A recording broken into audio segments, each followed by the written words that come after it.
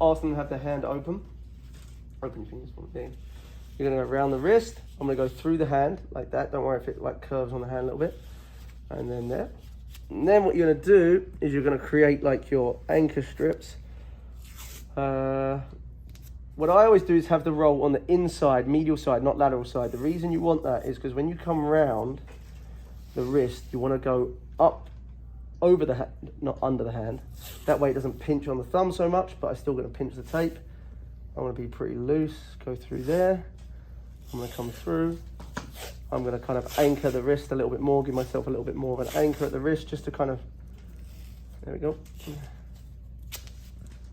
Right, then you're gonna flip it. Then you're gonna do what we call sort of strips around the thumb, where we're trying to, remember, if the injury is causing hyperextension, so it's usually caused by hyperextension, or where the thumb goes outward, it deviates outward laterally. So we hurt this ligament or just hyperextension hurt. So I usually have them, two ways you can have them. You can either have them like holding a Coke can position. I don't like to do that off the time. So I just tell them to keep the thumb up in a kind of neutral position, but don't force it up into extension. What I'm gonna do, I'm gonna start on the medial side around ulnar tuberosity, like this side. And I'm gonna go round that first MCP joint, but slightly below it. I wanna be really loose, really loose, really loose, really loose.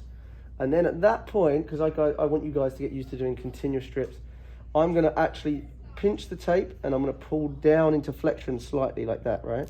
So it's not like pulling his thumb too far and it's not sort of stopping the blood supply, which is the hardest thing not to do. Then I'm gonna overlap by half. So I go up, keep that thumb up a little bit higher. Yep. I'm gonna overlap by half, come round, set really loose, pull down again.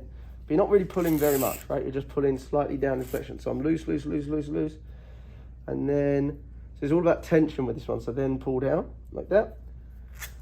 Then you want to create cover strips to pull the thumb, stop the thumb from going into extension a little bit more. So my cover strips basically go from this anchor on this side to this anchor on this side. So I start where the gaps are. I go around. I keep them still in a neutral position so I don't turn the wrist yet. So I overlap by half, just like you always do with all of your tape procedures, right? This is the hard part, because you're kind of doing it in an awkward position, and this is where that 3-finger rule comes in like really handy, if you guys remember the 3-finger rule. So like that. Then at that point, I flip them.